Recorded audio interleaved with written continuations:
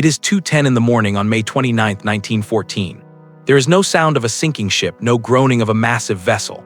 There is only a thick, dense fog and a sudden, unnatural silence where a 14,000-ton ocean liner used to be. 14 minutes. That is all it took. From the deck of the Norwegian ship Storstad, there is nothing to see but the mangled steel of their own bow, twisted from the impact.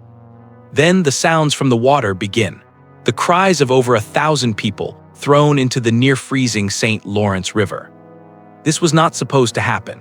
The Empress of Ireland was a ship built with the lessons of the Titanic disaster in mind, which had occurred just 2 years earlier. She was equipped with 10 watertight sections, a double bottom, and enough lifeboats for every person on board. But in the fog, these safety features meant nothing. The watertight doors had to be closed by hand, making them useless as water poured in at a shocking 60,000 gallons per second. The ship tilted so violently and so quickly that only a few lifeboats on one side could be launched.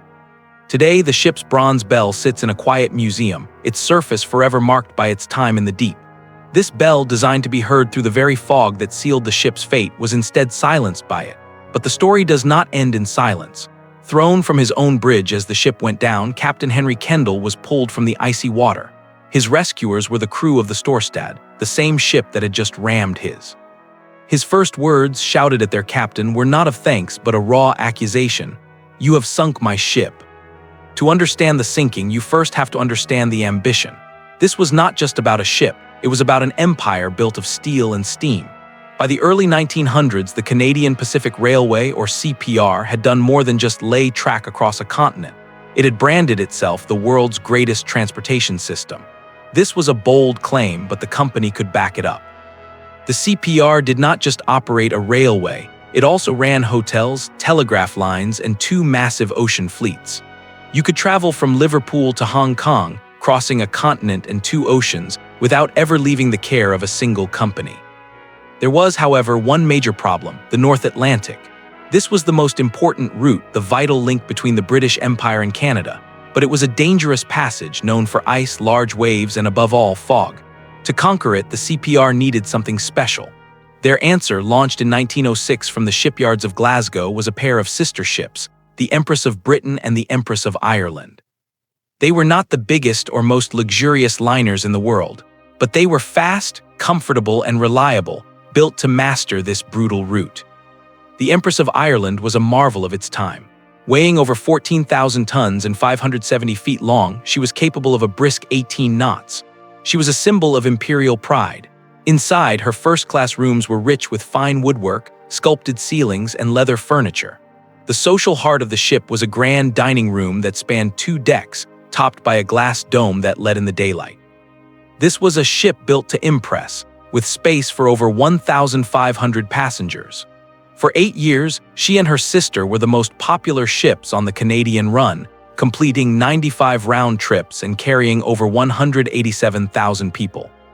In command of this symbol was a man who represented the CPR's pride, Captain Henry George Kendall. A rising star in the company, Kendall was only 39 years old but already a celebrity. In 1910, as captain of the SS Montrose, he had become famous.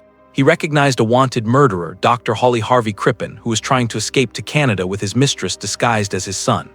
Using the new technology of wireless radio, Kendall sent a message to Scotland Yard. An inspector boarded a faster ship, beat the Montrose across the Atlantic, and arrested Crippen as he arrived in Canada. It was the first time radio had ever been used to catch a criminal at sea, and it made Kendall a hero. Now in May of 1914, he was being rewarded with his first command of the Empress of Ireland. This was the peak of his career, but there was a hidden flaw not in the man but in the ship he commanded. After the Titanic sank in 1912, the Empress was updated. She was now equipped with 42 lifeboats, more than enough for every soul on board, but deep in her hull lay a critical design choice. The ship was divided by 10 watertight bulkheads, creating 11 compartments sealed by 24 watertight doors. But unlike the doors on the Titanic, which could be closed automatically from the bridge, the doors on the Empress had to be closed by hand. This was a risk based on the belief that in any emergency, there would always be time for human hands to react. On the afternoon of May 28, 1914, the Empress of Ireland cast off her lines in Quebec City. It was the start of her 96th voyage. On board were 1,477 people, 420 crew and 1,057 passengers. This included 170 members of the Salvation Army on their way to a global conference in London. As the great liner moved down the St. Lawrence River, the Salvation Army band struck up a hymn. The ship steamed on, sailing toward a routine bank of fog and a fateful encounter waiting in the dark. The time is 1:38 a.m. on May 29, 1914. The St. Lawrence River is calm, the night sky is clear. On the bridge of the RMS Empress of Ireland, Captain Henry Kendall, newly promoted to this command, watches the pilot disembark at Father Point. Now the ship is his. He orders the engines to full speed, pushing his 14,191-ton liner out into the 30-mile-wide seaway. Soon, a lookout spots the masthead lights of another vessel. It is the SS Storstad, a Norwegian cargo ship, heavy with 10,650 tons of coal steaming upriver. From the Empress's bridge, Captain Kendall estimates the Storstad is about 8 miles away, appearing on his starboard bow. From the Storstad's bridge, Chief Officer Alfred Toffing sees the Empress's masthead lights about 6 or 7 nautical miles distant on his port bow. The two ships are on parallel but opposite courses, set for a routine passing in open water. Kendall decides to alter his course slightly to give the approaching ship a wider berth. The plan is simple: pass starboard to starboard, green light to green light. But then a thick fog bank, a common danger on the St. Lawrence when warm air meets icy water, rolls off the land. First, it swallows the Storstad's lights, then it envelops the Empress herself. The visual world vanishes. All that remains is the sound of whistles in the blinding white. For the 1,477 souls aboard the Empress, the world has just shrunk to a few hundred feet of impenetrable mist. On the bridge of the Empress, Captain Kendall acts according to the rules of navigation. He orders his engines full astern and sounds 3 short blasts on the ship's powerful whistle, the universal signal for "my engines are in reverse." Through the fog, a reply comes from the Storstad, 1 long blast. The sound seems to come from his starboard side. At the subsequent inquiry, Kendall testified that he believed this confirmed the planned passing. His ship now losing speed, Kendall orders the engines stopped. He then blows 2 long blasts, the signal that his vessel is dead in the water. Again, the Storstad answers with a single long blast. But this time the sound is closer, alarmingly closer, and it seems to have moved. The logic on each bridge was fatally opposed.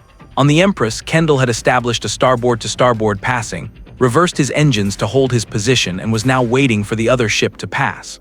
But on the Storstad, Chief Officer Toffings had seen the Empress's red port light just before the fog hit. This indicated a port-to-port passing. The whistle signals from the Empress, distorted by the fog, only deepened his confusion. Believing the Empress was crossing his bow, Toffings ordered a slight turn to port, intending to give more room. He had fatally misread the situation. He had turned his ship directly into the path of the Empress. On the Empress's bridge, the tension is unbearable. Kendall and his officers stare into the white void, listening. The whistle from the Storstad had sounded unnervingly close. Then a shape materializes out of the fog. It is the Storstad, but it is not passing safely to starboard. It is just 100 feet away, its bow aiming almost at a right angle directly for the Empress's midsection. Kendall, in a last, desperate act of seamanship, shouts the order full speed ahead. He hopes to swing his stern away to turn the direct impact into a glancing blow. It is useless. There is no time. The collision is not a violent crash, but a sickening, grinding tear. The Storstad, a vessel built with a strengthened bow for ice-breaking, plunges into the side of the Empress of Ireland at roughly 10 knots. It strikes her between her 2 funnels, the point of maximum vulnerability.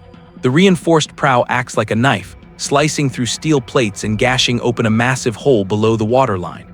For about 5 seconds, the ships are locked together. Kendall, using a megaphone, screams at the Storstad to keep its engines going, to use its bow as a plug. But the St. Lawrence current is too strong. The ships drift apart. The consequence is immediate and catastrophic. Icy water begins to pour into the heart of the Empress of Ireland. The hole is immense, later estimated to be at least 16 feet long. Water isn't just flooding in, it is roaring in at an estimated 60,000 imperial gallons per second. The ship immediately begins to list to starboard with terrifying speed. Lights flicker and fail as the generators flood, plunging the ship into darkness. Open portholes, some only feet above the waterline, are submerged, allowing thousands more gallons to rush in. The ship was designed to survive with 2 adjacent watertight compartments flooded. But the Storstad's bow had instantly flooded both boiler rooms. In the blackness, with the deck tilting like a collapsing floor, the question hangs in the freezing air. In a ship built to be unsinkable, what just went so horribly wrong? The Empress of Ireland sank in just 14 minutes. In that short time, a modern ocean liner became a tomb for over 1,000 people. Immediately after the collision, 60,000 gallons of water poured into the ship every second, and chaos erupted in the dark. The ship's power failed only minutes after the impact, plunging the inside of the vessel into total darkness. The ship began to tilt severely and quickly to its right side, creating a nearly impossible situation for those on board. It was physically impossible for the crew to close the watertight doors by hand. This was a critical design flaw, unlike the Titanic, which had doors that could be closed from the bridge. The water rushed in so fast that most passengers sleeping in the lower cabins on the right side of the ship drowned almost instantly, many without ever waking up. The severe tilt also made the lifeboats on the left side of the ship useless. Instead of swinging out over the water, they swung inward over the deck. Some even broke loose, crashing down onto the terrified passengers below. The ship had more than enough lifeboats for everyone, but only 5 could be launched successfully from the tilting right side. In the calm waters of the St. Lawrence River, many passengers had left their portholes open. As the ship leaned over, these open windows went under the water. This created hundreds of new places for the river to pour in, making the ship sink even faster. About 10 minutes after the collision, the Empress rolled completely onto its side. For a few moments, the hull was exposed above the water. One survivor later said it was like sitting on a beach watching the tide come in. This allowed around 700 passengers and crew to crawl out onto the ship's exposed side. But just 4 minutes later, at 2:10 a.m., the front of the ship rose briefly, and then the entire vessel slid beneath the waves. This threw hundreds of people into the near-freezing water. The human cost was enormous. Of the 1,477 people on board, 1,012 died. The loss was especially tragic for the children. Of the 138 on the ship, only 4 survived.